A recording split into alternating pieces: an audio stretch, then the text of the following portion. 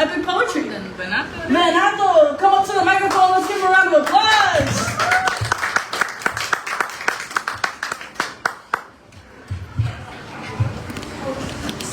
Hi, everybody. That's right, I'm doing another epic poem. I love those things.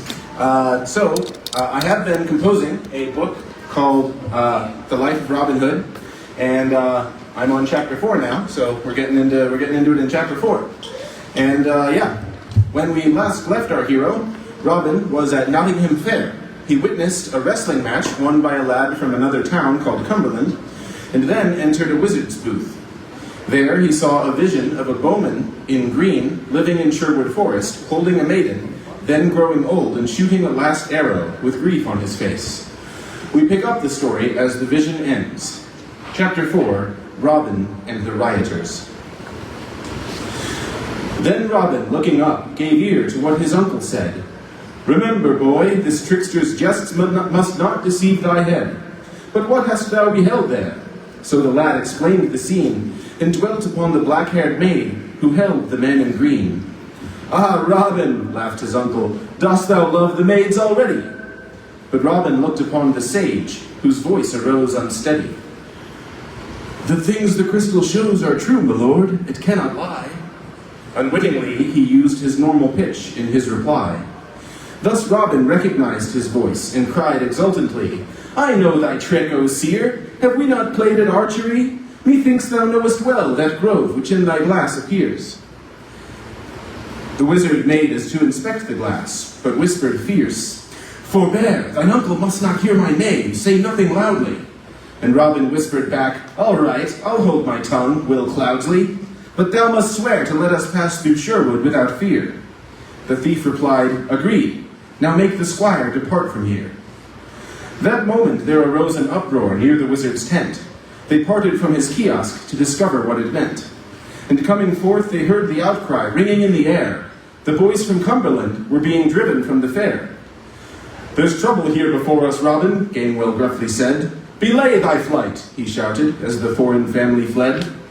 He blew upon a silver whistle strung about his belt, whereat the Cumberlanders came, and down before him knelt.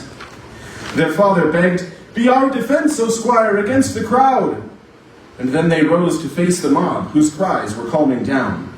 The little wrestler was the first to give an explanation. The boy I wrestled with and beat is full of indignation. That angry loser armed his friends, returned to us and said that we, his cheaters, must bestow his prize or wind up dead.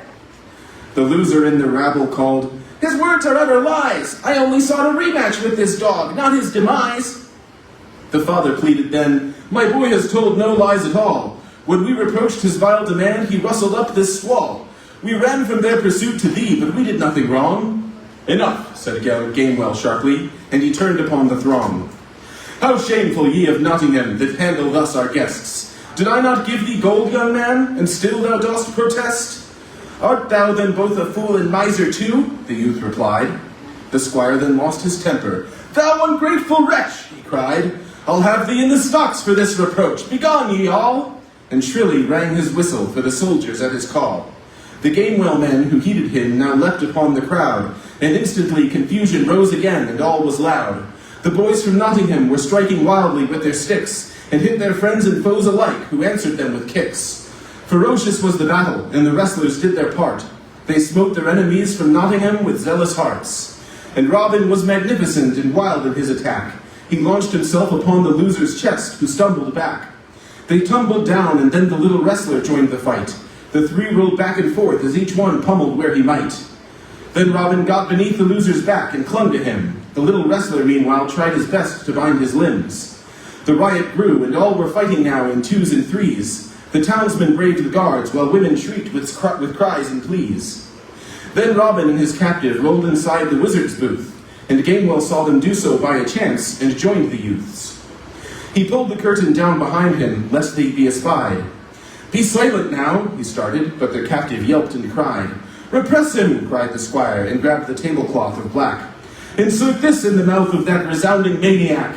Now where's that wizard? Gentle conjurer, attend my call. But Master Will had left them through the backside of his stall. The sounds of battle faded not. The shouting was immense. The noise of warring fists and stabs were thumping on the tents. They'll hear his outcries. Hurry, Gamewell cried, his mouth agape. That moment, Robin bumped the bony figure of the ape. It gave him an idea. He embraced the figure tight, and running out the entrance, held aloft the gruesome sight. Behold the sign of death, he cried, and threw it at the crowd. Then terror seized on all who saw the bones upon the ground. The sounds of battle melted as the frightened ones dispersed, and all were soon distracted by the ones who saw it first. The pikemen cowed what foes remained, and no more blood was shed. The little wrestler laughed with Robin as the townsmen fled. Now what's thy name? The wrestler asked when all was at an end. I'm Robin Locksley, answered he, and who art thou, my friend? My name is William Stutely, call me Will, the youth said proudly.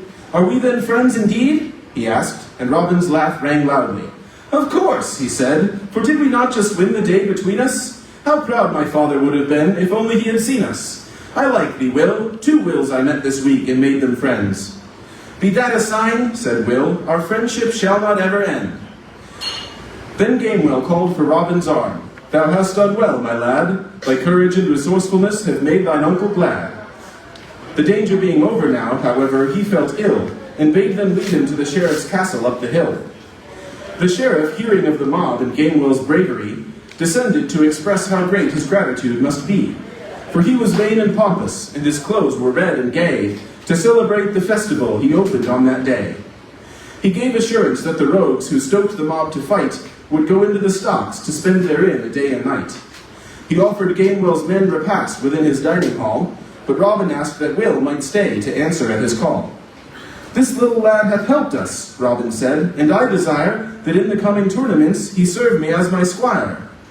If he is willing, Gamewell said, then thou hast his employ. His heart was full of pride and gratitude for both these boys. Then Robin asked the sheriff where his uncle might take rest, who led them to a room and called a doctor for his guest. For now, though, Will and Robin cared for Gamewell on their own. But well it was, for so their full attentiveness was shown. I know what cure to use, said Will. A cup of wine he seeks. He fetched it, and indeed it brought the hue to Gamewell's cheeks. Then Robin took his chilly hands to warm him by a fire. The illness slowly passed as Robin tended to the squire. And now to home, I'll tend thee there, said Robin to his kin, and there we'll stay, I've had enough of fairs and all therein. What nonsense, George replied, a noble contest ends this fair, and if Will's father lets him, he shall yet attend thee there. Oh, do not thank me, Will, I mind not giving thee such ease. Now join us in the dining hall to feast on meat and cheese. Thy cure hath worked a wonder, Robin whispered unto Will. Arise, and don't forget, I am to wrestle with thee still. Methinks I'll show thee tricks aplenty. Maybe, Will replied, unless my brothers taught me them, and so his heart grew wide. But then, becoming serious, he bent upon his knee. O master, I shall follow thee across the earth and sea. He kissed the hand of Robin, then he sprang upon his feet, and joined him in the dining hall to take his fill of meat. So Robin, by his courage, earned the fealty of his friend, the first of all that crew that would become the Merry Men. Thank you. The next chapter is called Robin and the Scarlet Knight, and that'll be a bit later in this evening. So we'll see you guys later. Thank you. I forgot. One more thing. I have a website now. So if you like this stuff and want to see my other works, I have one complete book on that website with the recordings of these sessions. So if anyone's interested, you can go to my website, which is right here, venatoverba.com. That's the website. If anyone can see that, or you can see me. Let me hold it up to the... Wait, stay still, and we got you. Perfect. Okay, so that's my new website, so you can check that out for more of my poetry and my other works. Thank you.